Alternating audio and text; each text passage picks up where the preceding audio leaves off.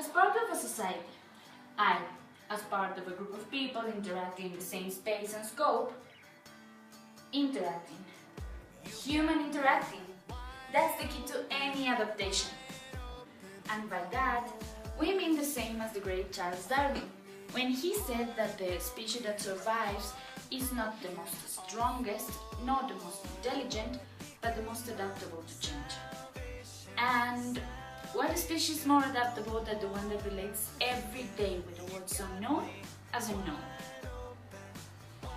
And then comes the gain of perspective, and hand with this, perception, which we could not participate without a system.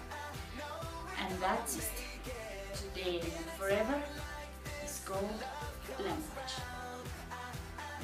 Knowing that any system used by a social group to communicate is considered a language, whether drum beats or smoke signals, we can argue that the more our knowledge expands to around the world, more is also limited.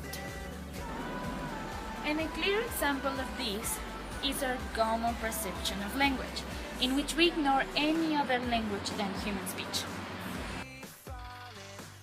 The bottom line of this understanding is not our limits, but what exists and how that space is enlarged before reaching our peaks, which we must own conscience to place. That is, we must know our limits as we are the ones who places them. For setting the reason of my presence here, I restate my point. Human is a constant evolution, and above any door that whatever type of language can open or close, the significance of a language is not there. The importance of the learning and using is perfectly accommodated in the space created before reaching our limits of knowledge, the same limits that our continuous learning produces.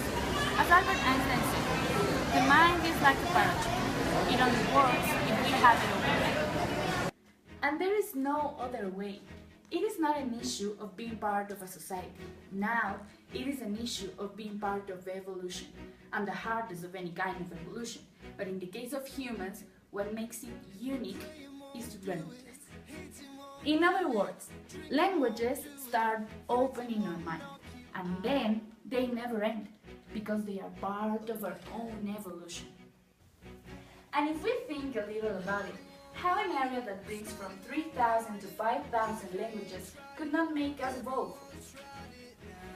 Of which, it should be emphasized that only 600 have more than 100,000 speakers, which is essential to consider the survival of a language in medium term. So, we see the relevance of languages together with the human in constant expansion. What a way to make them part of us and our development.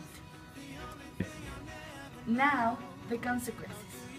As humans, thanks to our connection to the outside world, we can deduce that one of the most important, useful, and elementary consequences of languages is the way we change our perspective with respect to the world.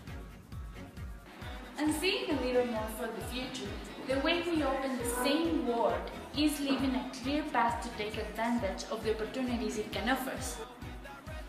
But the result is a product, and a product needs a multiplication. In this case, the multiplication is the magic of languages. That magic that is in the most basic context of all the progress. A language is clever, and it's not made only of consequences. A language begins visiting the deepest and constituent of our minds, to finish in the basic and adaptable parts. A language starts opening this, and then it continues with this.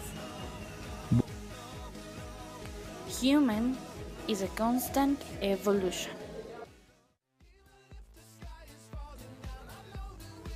Now, the constituent of a human being is taking advantage to the because they are part of the